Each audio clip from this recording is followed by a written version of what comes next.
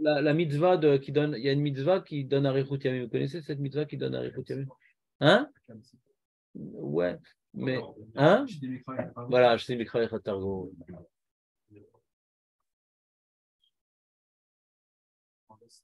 Bah réponds. Bah, moi je sais plus moi. C'est quoi Shne Mikra Targum? Faut lire la paracha 2 fois avec ou Targum ou Rashi. Ah oui, terriblement. Super Ségoula. Pas normalement, il y a ça, il y a ça.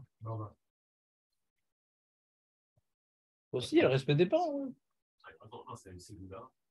C'est la Torah des vacances.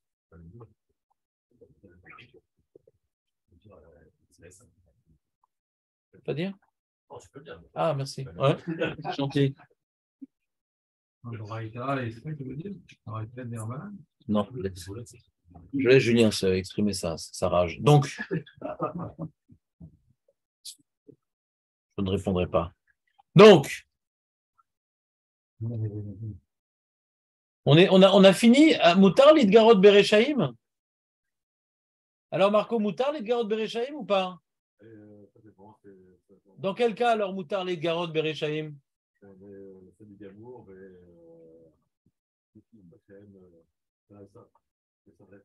Comme ça, on a dit dans le Tirout Srevi, comme ça, il dit le Piskerias. Razak, Marco! Et c'est pas grave, fallait être là, fallait être là. Il n'est pas en succès, quoi. Il n'a pas le vent en poupe. Alors, on continue. Écoute-moi ça, Julien, un truc de malade. T'entends ce truc-là, Julien, ou pas? Regarde. Vamar Rabbi Yochanan.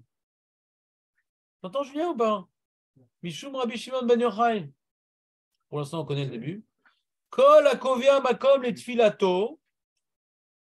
Qu'est-ce que tu aurais dit là-dessus de la phrase, Julien? Kol akovia makom les tfilato.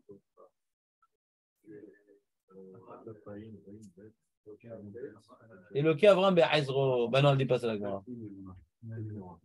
Kol akovia makom les tfilato. Excusez-moi, aujourd'hui, c'est possible qu'on ait un certain traumatisme. Il est possible qu'on tourne la page. Ouais. Désolé, j'ai oublié de vous prévenir à l'avance. Donc, il dit Kol akovia makom les tfilato. Tout celui qui fixe un endroit pour sa prière. Oivaïv. Oivaïv. C'est pas oivaï, c'est oivav.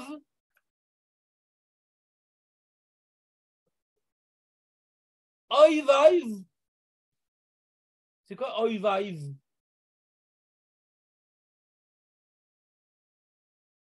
Oivaïv. Oivaïv. C'est quoi oivaïv? Ses ennemis, oyev. Oivaïv.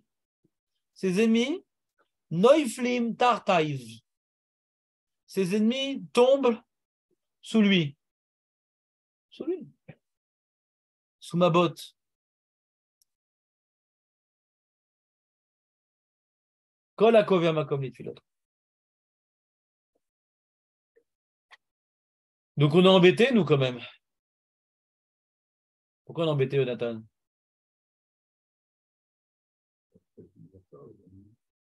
Non, Jonathan, non. Fini ta mission de journaliste. Dans la Gemara, pourquoi on est embêté? Marco, pourquoi on est embêté de cette Gemara? C'est également qui peut ah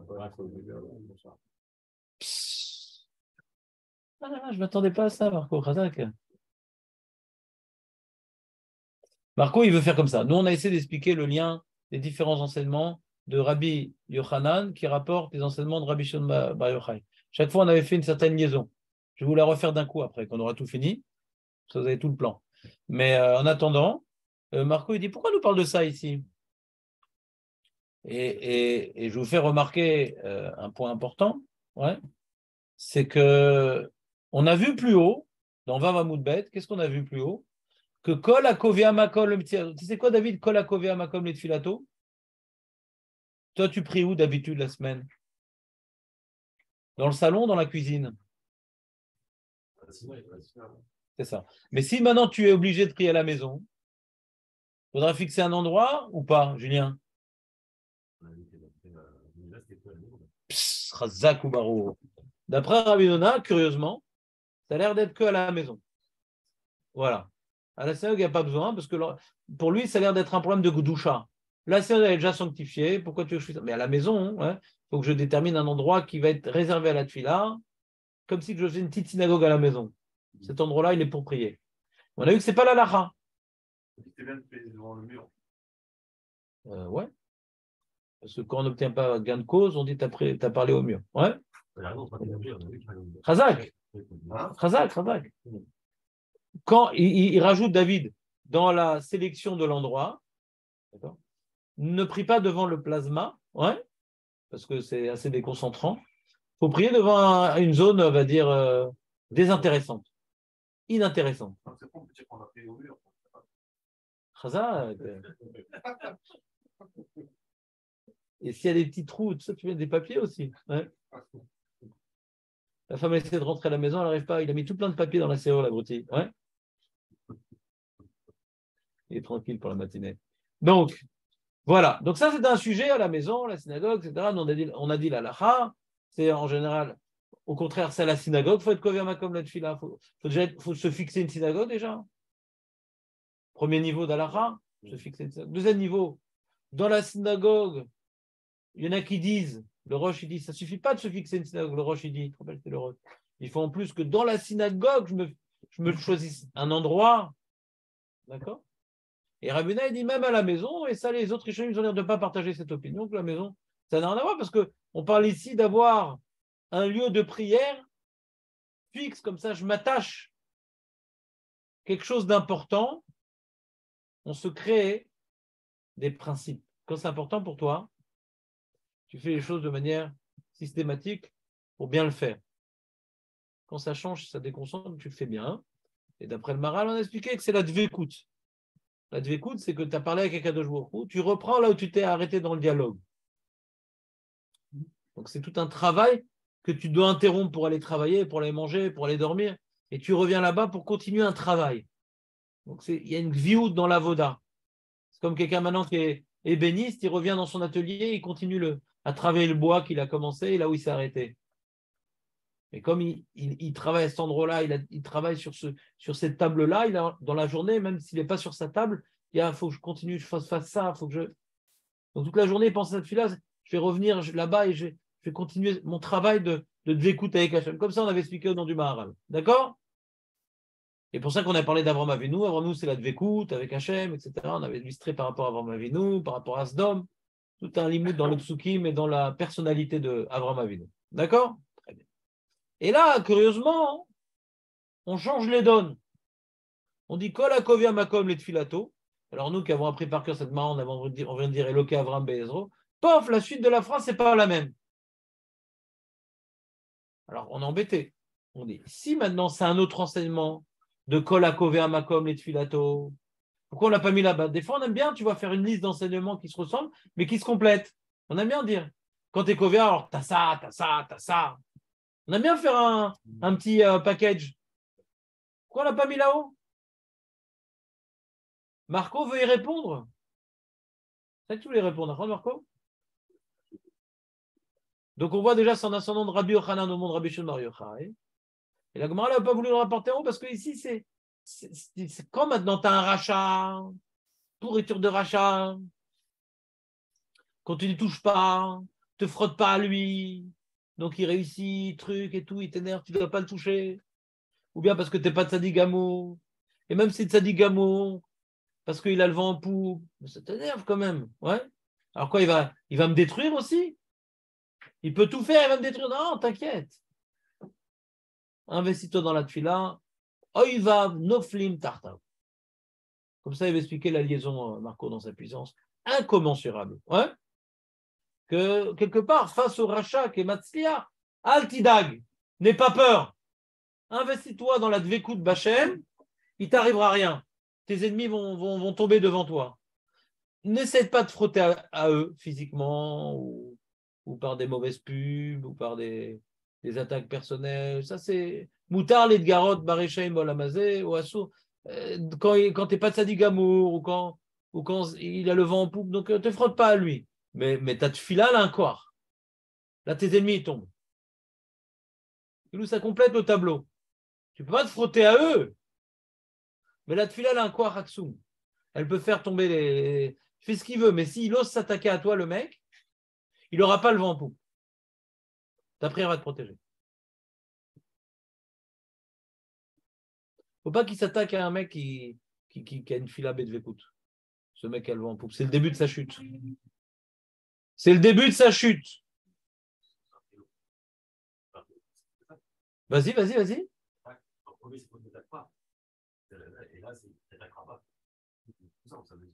No flim. No flim, il tombe, no flim. C'est pas maintenant que tu es protégé, no flim, il est nofel. Donc il n'a plus le vent en poupe. Donc c'est pour ça que je dis que var en hacham et sa raquette l'eau. Parce qu'il tombe. Moi je rentre dans les mots de la Gemara. Il n'y a pas marqué que Akol Akovia, comme les tfilato, ouais. Az en oivav maziki moto. Il n'y a pas marqué ça. D'après toi, il faut dire en oivav maziki moto. Ses ennemis ne peuvent pas lui porter atteinte. C'est pas ça qui est écrit. Noflim. Il tombe. Donc du coup, si vous voulez garder sa séance de vent en poupe, il ne fallait pas qu'il s'attaque à un mec qui prie toutes ses forces.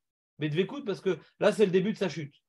Comme on voit avec Mordechai et Haman, tu as commencé à tomber, c'est le début de ta chute. Il y a un moment où le rachat, il peut tomber. Tu sais, c'est comme, je me rappelle, dans les jeux vidéo, des fois, tu prenais dans Pac-Man, tu te rappelles Pac-Man ou pas? On ne jouait pas à ça qu'à Pessar, mais quand même. Vous vous rappelez Pac-Man, quand il prenait le petit chewing-gum, là, truc, alors, il pouvait manger des... Alors, Pac-Man, c'est le rachat. Et quand il mange le petit chewing-gum, il a le vent en poupe. Mais à un moment, alors, alors tu as vu, tous les fantômes, ils partent.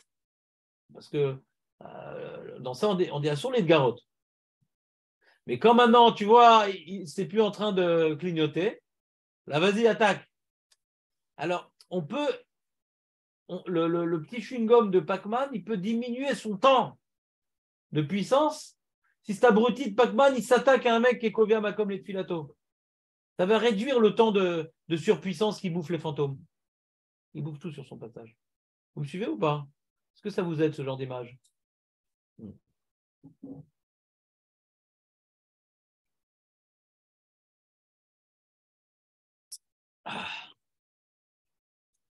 Et en fait, c'est quoi, Ratfila ou c'est le Macom? C'est quoi le Macom? C'est quoi? C'est un endroit. D'accord, mais on t'a pas dit c'est quoi comme endroit. C'est le mythe Palel qui décide cet endroit, c'est pas l'endroit qui est Kadosh. Alors je sais pas comment est-ce que tu appelles Macom. Non, c'est le principe de fixer un endroit ou c'est le principe d'investir dans la fila? Tu dis un mec qui fixe son endroit et au milieu de son amida, il vérifie ses WhatsApp. Est-ce que ça sert à quelque chose? Je te laisse répondre. Et on ne peut pas lui reprocher quoi que ce soit, vraiment, pour deux raisons. Déjà, on ne l'a pas encore fidélisé tellement. Et deuxièmement, il n'était pas là à l'époque. Donc, on a expliqué que c'est une idée, à Koviamakom les Tfilato, ouais. Chez Osset Filato Keva, c'est-à-dire, s'investit dans cette fila à un tel point que même l'endroit, il est important. Je me rappelle, le Rabbi Donner avait commencé comme ça. Il a commencé un truc comme ça, un truc emphatique. Il dit, il s'investit tellement dans cette fila, hein, que même le Makom, il est Kovéa. Même quand il est prêt à la maison, il est Rebouta. Alors même si ce n'est pas le Pshat Apashut de la Gemara, c'est Vadaï qu'on parle de ça.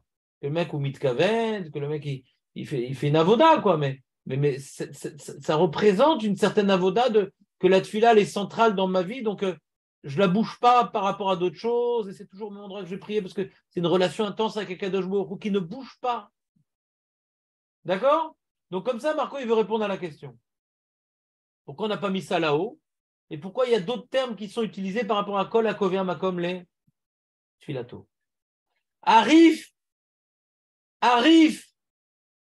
le roi des Rishonim, Rabbeinu Yitzhak Mifez, arrive, il n'est pas Gorès comme ça dans la Gemara.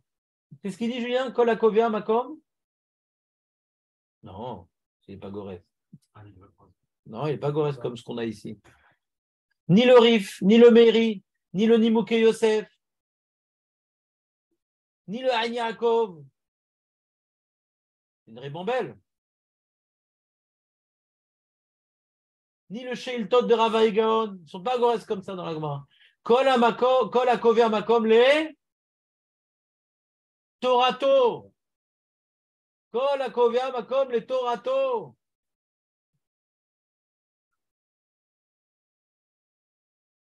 Donc on n'a plus besoin de la réponse de Marco.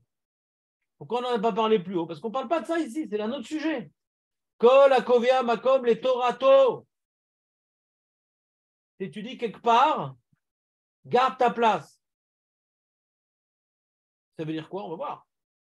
C'est rapporté par le Rama. Le Rama, il rapporte. Parce que le Rabbi Noéna aussi, il a cette guerre-là. Je voulais vous faire dans la liste. On a le Rif, le Rabbi Noéna, le Nimi SF, le Meiri, le Sheiltot de Rava Gaon. Toute une ribambelle. Rachid, il n'est pas gorès comme ça. Rachid, il est Kol Akovia Makom le Tfilato. Et c'est Margolet Rishonim, qu'est-ce qu'il écrit dans la Gemara? Le Rif, il est gorès Torato. Donc le Rif, c'est qu'il est ancestral quand même, le Rif. Donc c'est un manuscrit très très ancien. Voyons voir dans les éléments que la Gemara rapporte par la suite, si ça nous permet de déterminer de quoi on parle. Est-ce qu'on parle de Tfilato, de Torato, hein? On va voir la suite de la Gemara. La Gemara, elle poursuit, elle te dit chez Nehemar, on a un pasouk dans Shmuel. C'est Shmuel, on a un Shmuel Aleph et on a un Shmuel Bet. Vous avez déjà lu le livre de Samuel?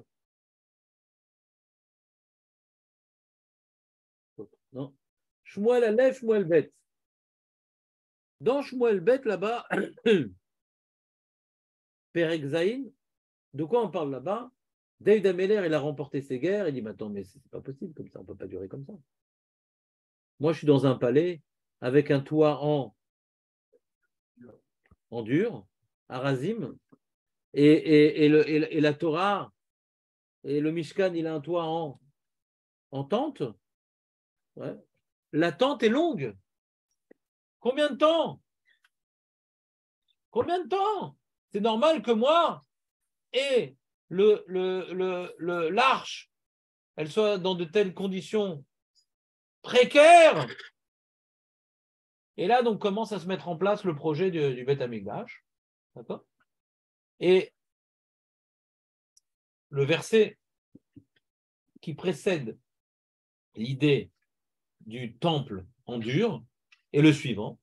Vesamti makom chez Nehemar. Vous êtes avec moi dans la Gemara? Vesamti makom les Ami les Israël. Unta'ativ. Donc j'ai placé un endroit pour mon peuple Israël. Ve'unta'ativ. Et je l'ai planté. Notéa. Je l'ai planté, le Ham Israël, dans la terre d'Israël. Veshachen tartav. Et je l'ai fait résider. Ouais. Tartav. Velo irgaz od. Et on va plus avoir, afin qu'il n'y ait plus, il a donné une terre dans laquelle Hachem nous a établis par ces victoires-là. Velo irgaz od, pour ne plus être inquiété, pour ne plus être paniqué par des goïm, par des oppresseurs.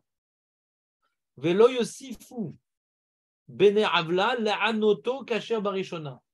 Et que les bene avla, les iniques, les fauteurs de troubles, ne puissent plus la'anoto, le faire souffrir kasher barishona comme auparavant. On a eu les Philistins, on a eu les Cananéens, les Philistins, les trucs. C'est maintenant David Ameller, Baruch Hashem, il est arrivé. El Menucha vel Nachala. Baruch Hashem, il a remporté les guerres. Il a réussi à conquérir même la petite partie qui restait de Jérusalem, qui s'appelle. Tu te rappelles, ça partait d'à qui cette petite partie, Marco? Yévoussi, Jébuséen.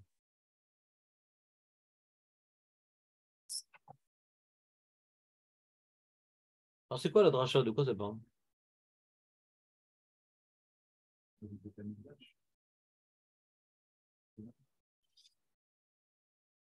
Voyons voir Rashi. Des samti Makom, on est à peu près 8 lignes avant la fin des rachis sur la gauche. Vesamti Makom, Sefedekra, la fin du pasouk, c'est quoi? C'est le Velo Yosifu Bene Avla, la Anoto. Donc il ne dit pas grand-chose, Rashi. Il ne dit pas grand-chose, Rashi. Alors, ça a l'air d'être quoi la dracha?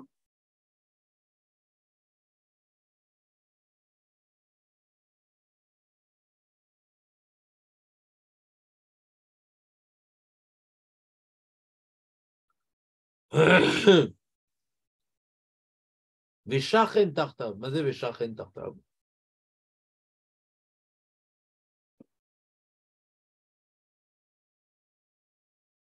Ça a l'air d'être redondant puisqu'il y a marqué Vesamti Makom l'ami Israël. J'ai donc établi un endroit pour mon peuple Israël. Veshachen Tartav.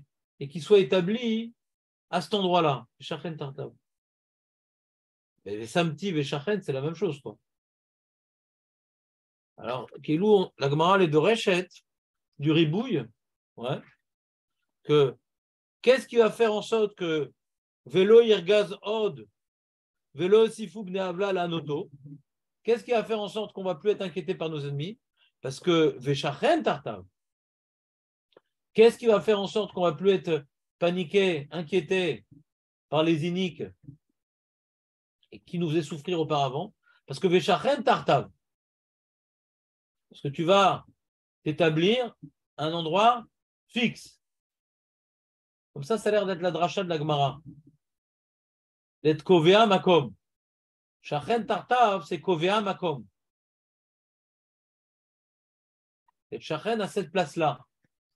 D'être Kovea Makom. Comme ça, il semble que la Gemara va être Doresh. Vous me suivez ou pas? On parle de qui? On parle de Hachem ou on parle des Bénisraël qui vont résider sur la terre? C'est pas la Shrina ici, c'est la Misraël. Bien sûr. Le Ergazot chez Hachem, c'est la Misraël. On parle que du Misraël. Et Samti Makom, l'armée Israël, Untarativ. Et je l'ai maintenant planté là-bas dans cette terre-là. Veshachen Tartav. On a besoin de Shachen Tartav. On a tout dit, ça y est. Donner un endroit, maintenant il est bien établi ici. Velo Irgaz Od. Pourquoi Veshachen Tartav? Ça a l'air d'être trop Veshachen Tartav. Il va s'établir à cette place-là. Franchement, qu'il faut rester à cette place-là. Et en restant à cette place-là, là où il est, en restant là où il est, ça va engendrer qu'il va plus être, il va plus souffrir, ouais, il va plus souffrir de ses ennemis. Vous me suivez ou pas? Elle est compliquée la dracha, c'est-à-dire la Gemara nous explique pas comment, la Gemara nous précise pas comment on est d'Oresh. Elle a une idée la Gemara que celui qui est Kovea Makom, les Tfilato ou les Torato, alors ses ennemis ils tombent devant lui. Elle rapporte un passouk, nous on aurait pu le lire 30 fois d'affilée. C'est un drouche, quoi. C'est pas un pshat, ouais. Mais la Gemara nous dit pas Samti, ouais, Vesamti, Veshachen, Tartav, mi baele. La Gemara nous explique pas c'est quoi, comment on est d'Oresh. Marqué Samti, pourquoi marquer Veshachen? La Gemara nous explique pas. C'est quoi le mot que je dois traduire en français, Julien? Ah, Doresh, ouais. Alors, la dracha, tu connais le mot dracha? Donc, ça vient du verbe dalet, ref, shin. Ouais. Ani doresh, yesh dracha. Ouais. Darsheni, drushim, drush. C'est la même racine.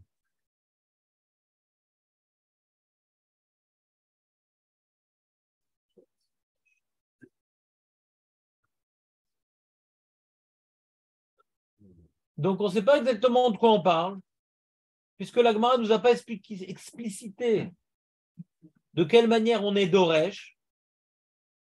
Est-ce qu'on parle ici de Tfila ou de Torah? On voit qu'en se fixant, ouais, en se fixant, alors ça entraîne une protection. Mais en se fixant quoi? La dracha elle-même, elle n'est pas suffisamment explicite, on est d'accord, hein? On ne sait pas de quoi on parle vraiment. Pas de quoi on parle vraiment. Comment, hein, qu'est-ce qu'il y a? Bet Amikdash, peut-être, oui, alors? Et c'est quoi le Bet Amikdash? Mititzion Tetsetora ou bien Bet Filati? C'est les deux le Bet Amikdash. Le Beth Amikdash, il y a les deux prinotes. C'est l'endroit de la Torah, parce que c'est là-bas que la Hora, elle sort. Ouais. Ara Moria. Misham Yotse Aoraa. Tu connais l'expression Moria? Le mont Moria. Comme ça, il s'appelle ce mont. La Shon Oraa. Moria. Alors, le pshat, c'est mort, mort. Il y avait là-bas des senteurs qui s'appelaient mort. Ça sentait bon, c'était là. Ça sentait la mort. Ouais, mort. Mais Moria, la Chaim, ils sont d'orage que la Hora. Il y avait le Sanhedrin là-bas. Il y avait les questions d'Alachot étaient. Qui mitzion tetse Torah. Est-ce qu'on parle de la dimension toranique du Beth Amikdash? C'est un lieu où la Torah était accomplie, chaque chose était, comme je vous l'expliquais, ouais, c'est un lieu construit d'après la halacha, où les Kohanim se comportent d'après la halacha. C'est une expression de la volonté divine, le Beth Amikdash. Ou non, c'est un lieu de prière. Beth Tefilati, on l'a vu, tu te rappelles, l'école Aramim. Est-ce que ici, le Beth Amikdash, on va fixer un endroit pour la prière, ou on va fixer un endroit pour la Torah? C'est là-bas que les questions vont être posées, c'est là-bas qu'on va étudier à côté du Sanhedrin. Ouais. Donc là, on ne sait pas quelle dimension du Beth Amikdash ici est mise en avant dans le verset, on ne sait pas.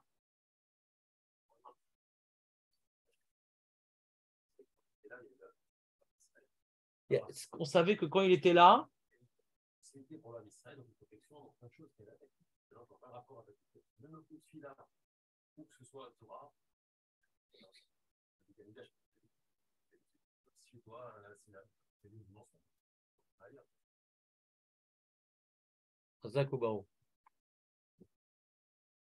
faudra répondre à cette question. On va finir la dracha, et puis après on va revenir à la question de Julien. Ravuna Ramé. Ravuna Ramé. Quoi Ramé? Qu'est-ce qu'on va faire de toi? Si on était plus nombreux, je t'aurais renvoyé, mais là je ne peux même pas. Ouais. Ravuna Ramé, c'est il ramène. Ramé, ramène. Ramé, ramène. En général, quand on dit ramé, c'est ramener des éléments qui se contredisent. Ramer, c'est ramener, parce que quand tu rames, c'est que tu es contre-courant. Donc, dans le mot ramer, tu as les deux sens. Tu as ramené et ramer, donc c'est contre-courant. Il y a un contre-courant dans les versets. Donc, tu es obligé de ramer. Donc, Ravuna rame, ktib la noto, vektib lechaloto. Alors, il y a un livre qui s'appelle Les Chroniques. Comment on dit en ivrite les chroniques, Marco, toi qui connais tout? Livra Yamim. Les chroniques. Et dans les chroniques, tu as plein de parachutes qui sont pratiquement répétés mot pour mot. Et des fois, il y a des petites nuances. Alors, Rami explique, c'est marrant, on a rapporté toute la paracha, mais là, il y a un mot différent. Alors là, en l'occurrence, cette prophétie que Hachem il a fait à David Amalek, que maintenant il va avoir le Beth Amikdash parce que tu as demandé, etc., etc., cette prophétie, elle figure dans Divrei Yamim. Mais au lieu de marquer dans cette phrase-là que nous venons de citer, La'anoto, il y a marqué Lechaloto. Alors, La'anoto, David, c'est-à-dire inouille. Ouais. Inouille, c'est les souffrances. D'accord?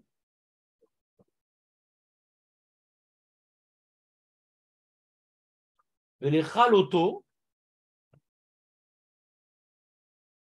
c'est l'extermination. Kilayon. Donc, c'est-à-dire, le pasouk dans Shmuel, il y a marqué que Nta'ativ et Shachen Tartav est établi à cet endroit-là, et on ne sera plus inquiété, et ils ne vont plus, les Bnei Avla, l'Anoto de faire souffrir, ça c'est écrit dans Shmuel, et dans Divrei Yamim, il n'y a pas marqué faire souffrir. Bnei Avla, l'Echaloto, de nous exterminer. Alors Avouna, il demande, il rapporte donc les deux phrases qui sont rapportées une fois dans Shmuel et une fois dans Divrei Yamim, avec cette nuance-là. Donc ça semble se contredire. Pourquoi c'est pas répété intégralement le verset? Et il y a cette nuance-là. C'est pas pareil, souffrir et exterminer. Pourquoi maintenant dans Divrei Yamim, ça a été rapporté cette paracha en changeant ce terme-là? C'est clair la question, Nathan, ou pas? Bon, alors. Alors, qui l'a écrit? Alors, c'est une Mara dans Baba Batra. C'est quel dave déjà dans Baba Batra, Julien? Arrête.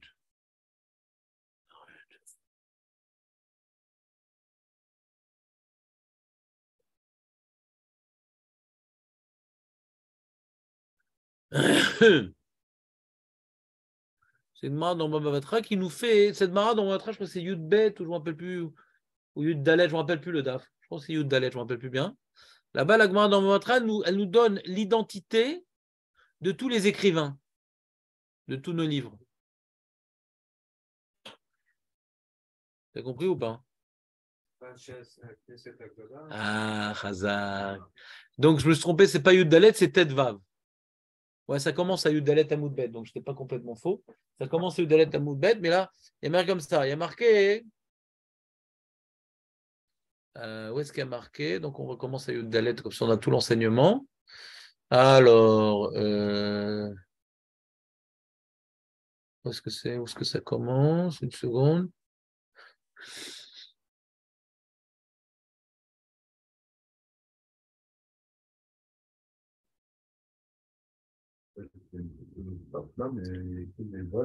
Ouais, je sais, ouais. Les Valoto. Chez nous, il y a marqué les Valoto. La Gemara, elle avait une autre garça, c'était les Chaloto.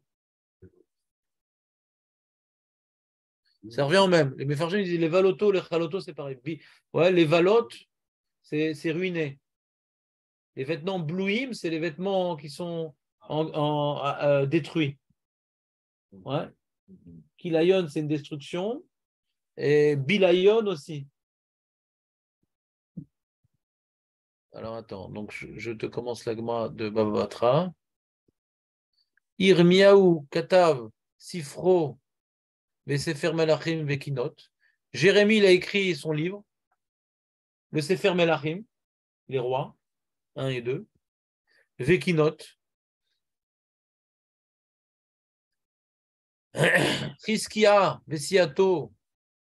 Chizkia, il a écrit, Chizkia, il a écrit Yeshaya, Mishle, Shirachirim, Vekoelet. C'est-à-dire que c'est Shlomo Ameler qui a écrit, mais c'était Kaniré oral ou perdu. C'est Chizkia qui a réécrit tout ça. Mishle, Shirachirim, Koelet, Chizkia.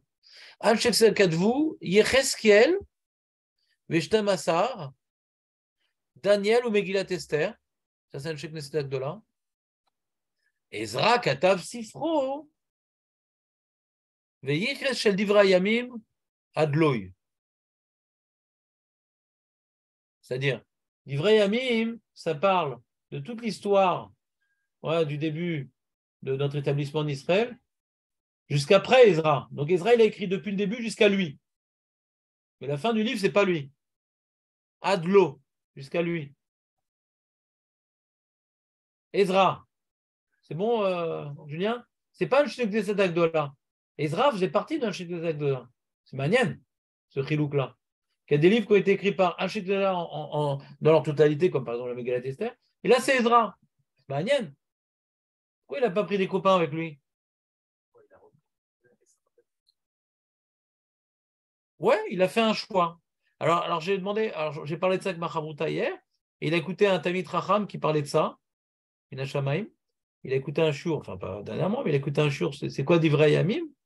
Alors c'est un petit peu un medley de ce qu'il faut retenir de l'histoire pour faire face à la galoute. C'est plus lié à la galoute, il a dit le Rav. Il a fait une lecture de l'Ivrei Yamim synthétique, et le Rav, il a dit, c'est plus, on relit l'histoire des rois, de tout ce qui s'est passé, etc. Qu'est-ce qu'il faut retenir après? Et Ezra, Kaniré, il savait, quoi. On voit dans les prophéties de Daniel que l'établissement qu'on est en train de mettre en place, le Beth Amikdash, ça va disparaître un jour. Donc il a écrit un livre qui s'appelle Livre Ami pour faire face au plan B après la destruction.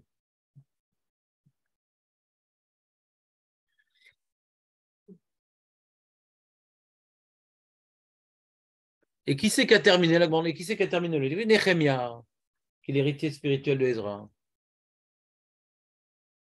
Amarmar, Yeshua Kataf Sifro, Shmona Psukim Sheba Torah. Voilà, après, on rapporte une marloquette. Les derniers psukim de la Torah, est-ce que c'est Moshe qui a écrit, sans savoir ce qu'il écrivait, est-ce que c'est Yeshua? Donc, Bekitsour, c'est dans 15. Baba Batra, 15. D'accord? Au début de la page de Babatra, 15. Là-bas, la Gemara nous fait la liste de tous les livres que nous avons par qui ils ont été écrits. Babatra, 15. Donc, les Melachim, les rois qui ont été écrits par Jérémie, ouais. Donc avant la destruction du premier Beth Amikdash, il y a plein de psukim qui étaient écrits là-bas, dans Shmuel, qui était écrit par Shmuel. Il n'y a pas marqué Shmuel là, tiens. Alors c'est dans Yud Dalet Shmuel alors. Je ne l'ai pas vu Shmuel. Où Shmuel? Voilà. Ouais, ça commence à Yud Dalet à Moudbet, donc je ne suis pas complètement dans l'erreur. Ouais. La Gemara, elle commence dans Yud Dalet, d'accord? Donc je recorrige. Donc c'est 14, 15. 14, 15 Vatra. C'est clair, David? 14, 15 Vatra? Il dit Yeshua, Veshoftim, Veshmuel, Melachim, Irmia, Vereskel, Yeshia, Shtamasran. Seconde. Alors, qui c'est qui a écrit ça? Ah non, là, il donne l'ordre. C'est embêtant, ça. Là, c'est l'ordre. D'accord. Yuddalet Amoudbet.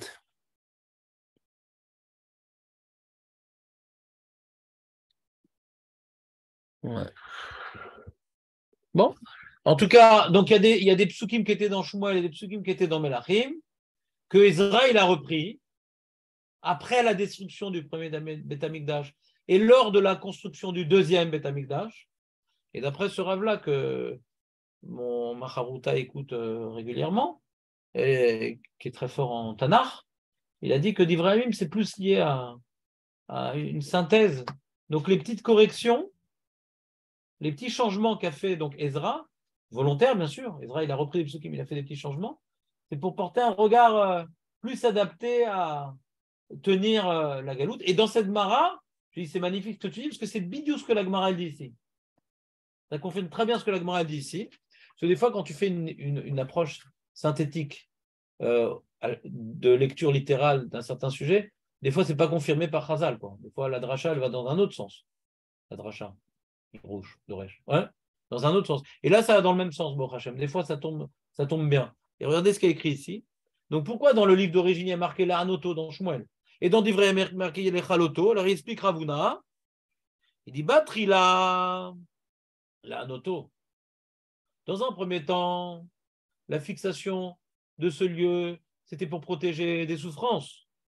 Les bassofs, et en fin de compte, c'est les chaloto. C'est non pas pour protéger des souffrances, mais de protéger de l'extermination. Voilà. Gmara super abstraite. Jonathan, tiens le coup. La Gmara elle est abstraite. Mais là, il y a un Rashi par contre. Regardez Rashi. La Gmara tout ça, dit bon, je sais pas, on ne fait pas ce qu'elle veut. Qu'est-ce qu'il dit Rashi? Rashi, il te dit Ktib la anoto Sefer Shmuel. Vous êtes avec moi dans Rashi? Oui. Cette ligne avant la fin. Ktib la noto. Il y a écrit faire souffrir, les faire souffrir. Non, ils ne vont pas souffrir. Dans le Sefer Shmuel, c'est écrit comme ça. Mais Ktib le chaloto, d'être exterminé, bedivra et amim.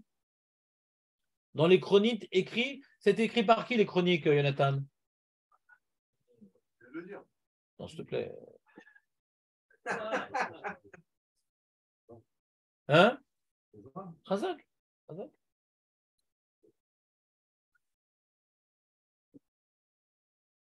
Non, toi, c'est facile pour toi, mais il y a des mecs qui viennent tous les jours. Ouais, ici.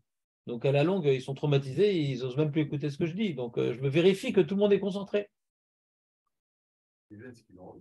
Non, ils ont envie, bon, Hachem, c'est comme les mecs avant Kippour, et ouais, ils le font volontairement, le truc, là, les macotes.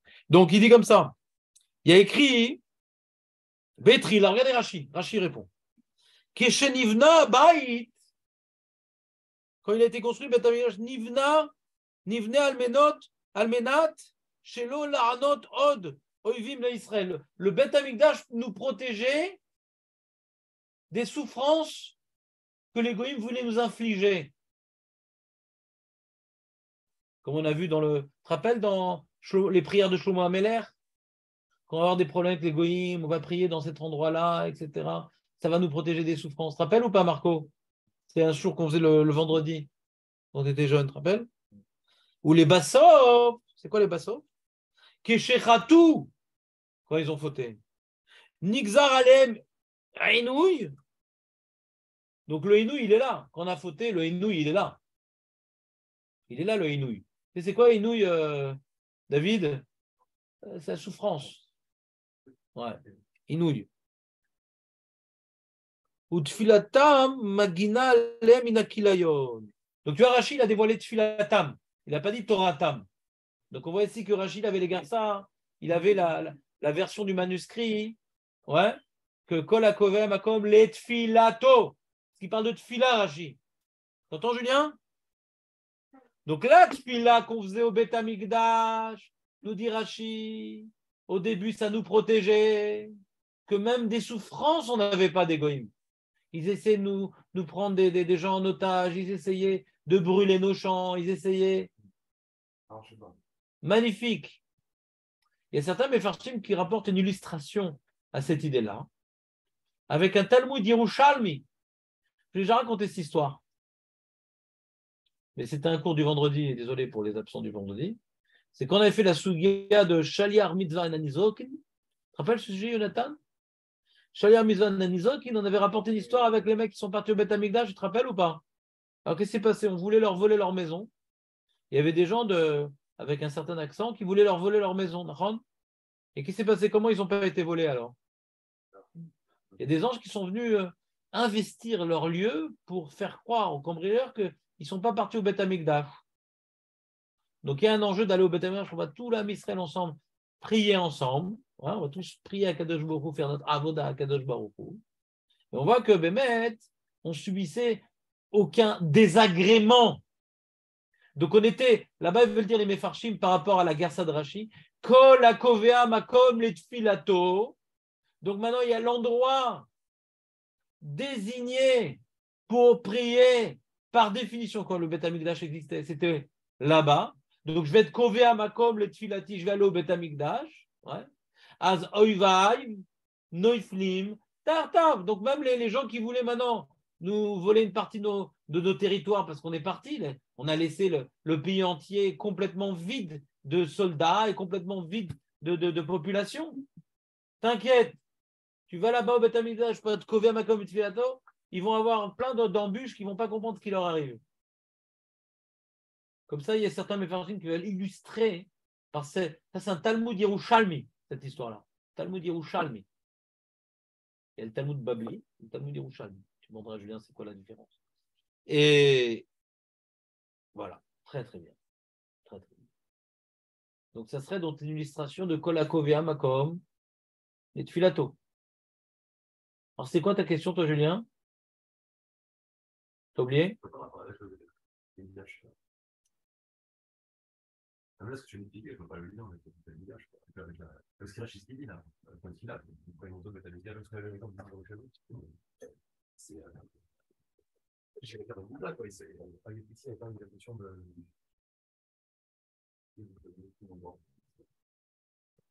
Tu peux exprimer la question différemment que tout le monde comprenne? Je n'ai pas très bien compris ta question. Tout à l'heure, je crois que j'avais mieux compris. Tu peux retenter le coup? Comment on apprend du bétamédage? On n'apprend pas du bétamédage, on apprend de mots en trop. Il y a marqué, on apprend, c'est une dracha d'un itour. Il y a marqué Veshachen Tarta, Velo Irgaz Od. D'accord? Donc Veshachen Tarta, le fait s'établir un endroit bien précis, faire quelque chose, ça va entraîner. Ouais.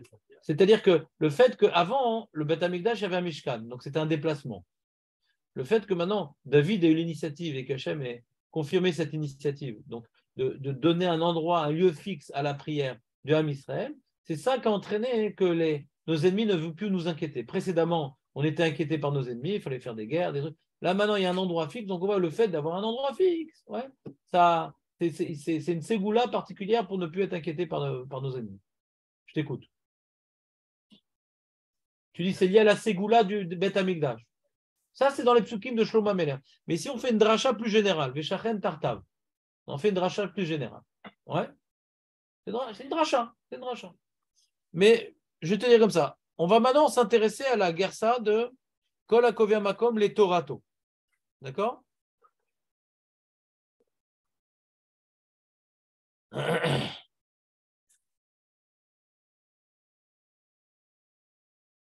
Alors, qu'est-ce qu'il dit le Rabbeinu Yonah? Regardons le Rabbeinu Yonah. Ouais, je n'ai pas fait une feuille parce que c'est comme ça. Kol HaKovia Makom, c'est un petit Rabbeinu Yonah, écoutez-moi bien. Kol HaKovia Makom les Torato. Oivav noflim tartav. Chez les Mar, Vesamti le Ami Israël vechoulé. Donc, il rapporte la Gemara avec la gersa du Rif. Ça me ferait sur le Rif, Rabbeinu Yonah. Imeke Yosef aussi, ça me ferait sur le Rif. Donc, tous les Mefarshim sur le Rif, ouais, ils ont la gersa de Kol HaKovia comme les Torato. Mais le Meiri, c'est pas un Mefarsh sur le Rif. Il dit Kol HaKovia comme les Torato. Le Shiltot de Ravagan, il est antérieur au Rif. Il dit Kol HaKovia comme les Torato. Donc, c'est pas lié au Rif uniquement. Ouais. Il y avait une gersa comme ça. Comment il explique le Rabbeinu Yonah? Pirouche. Zé un pasuk ne'emar al Bet Hamikdash. שהקדוש ברוך הוא היה משרה שכינתו שם, ובזכותו היו ישראל יושבים לבטח, par le sceau du Bet Hamikdash, l'homme Israël était tranquillos, ולא היו מפחדים מהאויבים, et ils n'avaient crainte de leurs ennemis. ועכשיו שאין בית המקדש קיים, de nos jours qu'il n'y a plus de בית המקדש, אז מה עושים? De nos jours qu'il n'y a plus de בית המקדש, מקום התורה במקומו. La Torah, elle remplace le Bet Hamikdash. Vous connaissez cet enseignement que la Torah, elle remplace le Bet Hamikdash ou pas? Ben, c'est une mara dans Brachot d'Afret. On va y arriver. On y est là, d'Afret. En quelques lignes, on est à d'Afret. Qu'est-ce qu'a dit la Gemara d'Afret? Miyom, Shecharev, Bet Hamikdash, Elo le Akadosh Baruch Hu, Ela. Depuis que le Bet Hamikdash a été détruit, Akadosh Baruch Hu n'a plus dans ce monde que 4 coudées de halakha uniquement. C'est quoi 4 coudées d'halakha? C'est l'étude. Depuis, il n'y a plus de Bet Hamikdash. Donc, il n'y a plus de place pour Akadosh Baruch Hu dans le monde. Maintenant qu'il n'y a plus de Bet Hamikdash, on n'a plus de place officielle. Ouais, pour glorifier, se représenter, se subordonner, s'assujettir à Kadosh Baruch Hu. Il n'y a plus d'endroit pour s'assujettir à Kadosh Baruch Hu. Le seul lieu d'assujettissement, c'est le lieu où on travaille, on étudie, on approfondit pour arriver à la conclusion, ce que Hachem il attend de moi, ce qu'on appelle Arba Amot Shel Halacha. Ce n'est pas une étude philosophique, c'est une étude pour arriver à l'Halacha. Et par cette Halacha, j'arrive à donner une place à Kadosh dans ce monde. Quand je me retiens de boire quelque chose ou quand je me retiens de faire quelque chose, c'est quelque part parce que Hachem il est devant moi et je vais donner une place. Quand j'obéis, j'ai donné une place à Hachem. Ça n'a rien à voir avec la tefila, on parle de la Torah ici. Et il continue Rabbi Yonah. Les fichar basé inatzel ma'oivim. Donc si tu nous donnes une place à Hachem, donc Hachem, il se bat pour toi. Si tu donnes une place à Hachem, quand maintenant il y a le Bet Hamikdash, on donnait une place à Hachem. Là-bas, on servait Hachem. Là-bas, on se subordonnait à Hachem. Alors, Hachem, il se battait pour nous. Quand maintenant, il n'y a plus de Bet Hamikdash, mais maintenant, on donne une place à la Torah. Et la Torah, celle qui donne une place à Hachem. Hachem, il se bat pour nous. Les firabazé, inatzel ma'ivim, vafilou, misheno yodea. Maintenant, il rentre dans l'alacha. Comment appliquer cette alacha? Vafilou, misheno yodea, et me'at. Quelqu'un, le pauvre, il ne connaît pas grand-chose de la Torah. Ça sert à quelque chose que je donne un endroit fixe à ma Torah, je ne connais rien. Yesh lo ligvoa boto makom, velilmon bema sheodea. Allez, prends-toi un petit fascicule, ce que tu veux, une petite feuille comme ça en français. Tu vas maintenant au Bet Hamidrash. On a parlé de ça, David Nahon. Allez au Bet Hamidrash, se fixer un endroit pour le Bet Hamidrash. Tu vois? Ce que tu comprends, mais il faut y aller. Il parle de ça, le Rabbi Yonah. Il faut y aller, vas-y.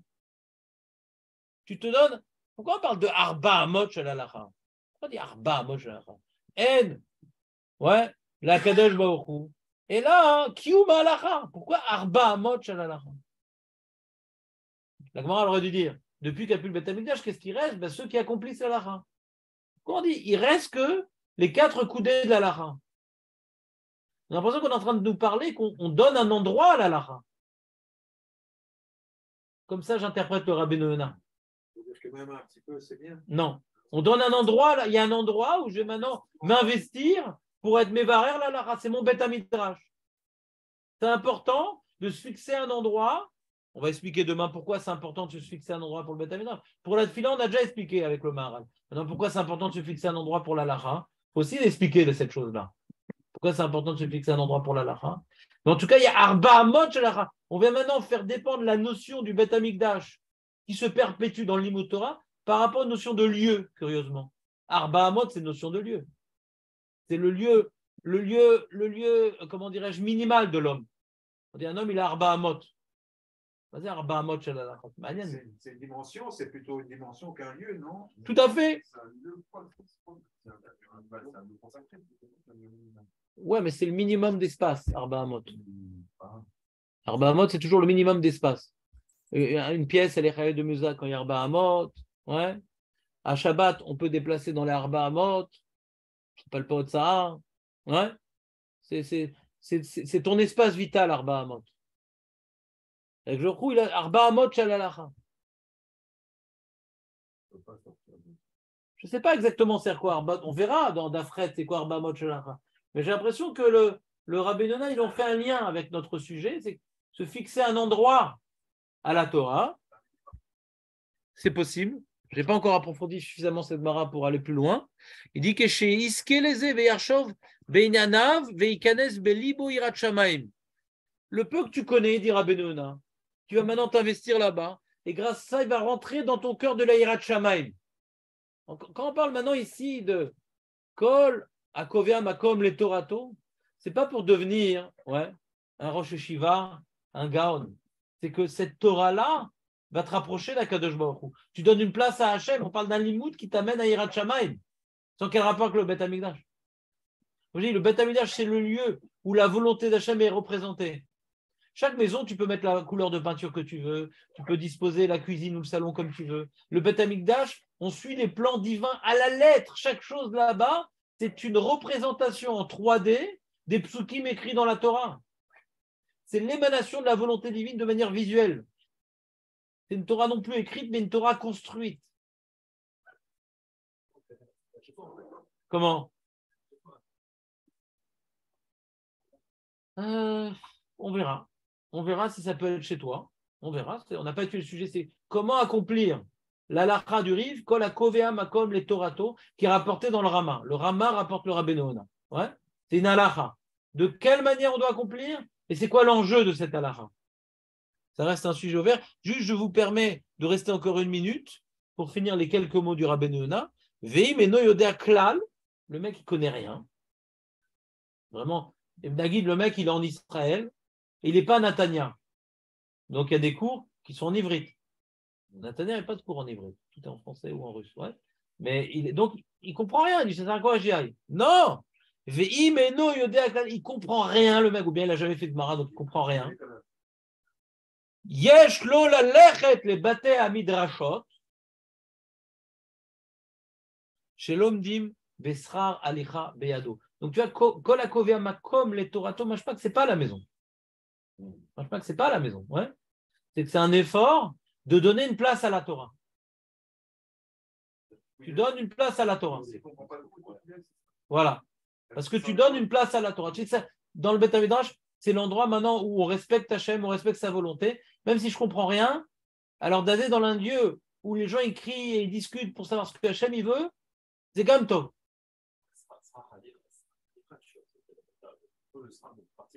D'accord, parce que tu ne comprends rien. Je parle aussi de société. Ouais. Bonne remarque. Bonne remarque. Bonne remarque. En tout cas, hein, ce qu'on voit d'ici, ouais, on parle donc le Rabbeinu, il parle de Beth Midrash. Ouais. Et le Rama qui parle de cette. Qui rapporte le Rabbeinu, il parle là-bas qu'après la synagogue, il y a une mise d'aller au Beth Midrash. Sur ça, le Rama, il rapporte le Rabbeinu. Donc il y a un enjeu d'étudier au Beth Midrash. Ouais. C'est un makom de Yirat Shamayim, c'est un makom de comment dirais-je, où on se bat pour savoir ce qu'Hachem il attend de nous, etc. Et techniquement, c'est un endroit où on est plus concentré, quoi. Techniquement. Là, c'est quel siècle? Comment? Là, c'est quel siècle? 1200. Ah, c'est comme même époque que le Rama. Non, le Rama, c'est 1500. Ah, Je vais te dire, attends, Rabbeinu Yonah. Je vais te dire précisément pourquoi te dire des dates. Une seconde. Elle est où la Gemara? Elle est là. Paf. Non, je me suis trompé. Brachot. Elle est où Brachot? Brachot. j'étais sur la tombe du rabbin. Pas Covid. Ah ouais? Ouais. Eh ben. Alors, donc on a le Rabbeinu Yonah. Il est où le Rabbeinu Yonah? Faut aller dans le Rif d'abord. Il est où le Rif? Ah, j'ai pris un DAF où il n'y a pas de Rif. Il est fort, alors. C'est une base de données, vous avez? C'est quoi c'est? C'est une base de données, vous avez tapé un mot et... C'est un programme que j'ai acheté, quoi. Ah, je ne le pète pas. C'est un programme que j'ai acheté.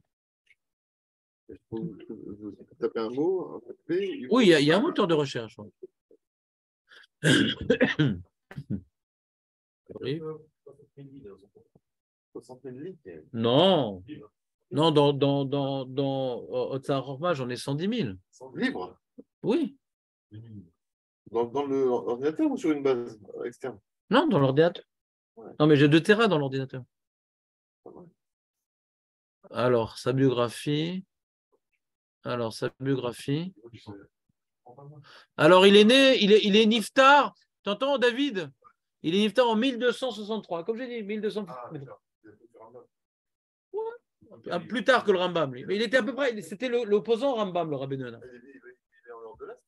Comment? Il est en Europe de l'Est, le Rabbeinu Yonah? Non, il était en Espagne, Barcelone. Ah, d'accord. Ah oui, d'accord, donc c'était le même, d'accord.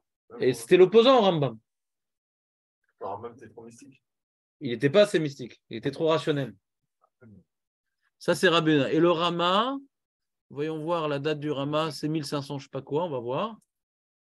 Comme Rabbi Yosef Karo, c'est même. C'est un peu après, mais il est contemporain, ouais. Alors, mais c'est pratiquement la même. 1700. Non, 1500. 1700, c'est déjà bien loin. Alors, il est où? Une seconde, on a ici le tour, voilà, Shulchan Aruch. Voilà. Ah là là.